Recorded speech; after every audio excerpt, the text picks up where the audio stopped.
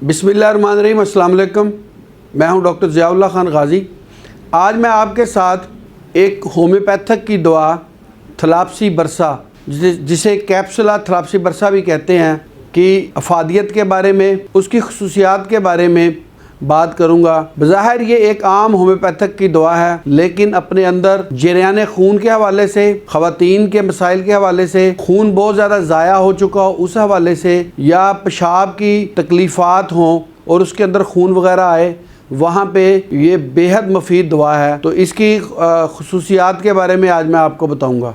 ये एक पौधा है थलाप्सी बरसे का, जो कि यूरोप के इलाके में पाया जाता है। इसको कूट कर और इसमें अल्कोहल शामिल करके होम्योपैथिक तरीक़ा से इसका मदर टंक्चर्स तैयार किया जाता है। ये दवा जरियाने खून या यूरिक एसिड्स, पेशाब में बाकसरत खारिज होने के वास्ते अज़हद मुफीद है। या पेशाब में अल्ब्यूमिन आती हो तो वहाँ पे भी ये बहुत अच्छा काम करती है।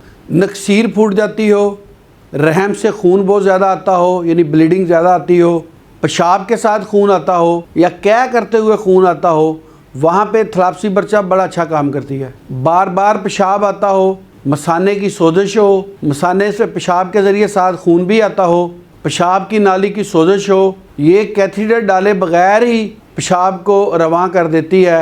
यानी अगर पेशाब की रुकावट हो तो वहाँ पे ये बड़ा अच्छा काम करती है। या औरत को हैज़ बहुत ज़्यादा आता हो, माहवारी की ज़्यादती हो, तो वहाँ पे बेशक अंदर उसके यूट्रस के अंदर कोई रसोली वगैरह बन गई है, यानी जैसे फाइब्राइड वगैरह है, वहाँ पे ये बड़ा अच्छा काम करती है।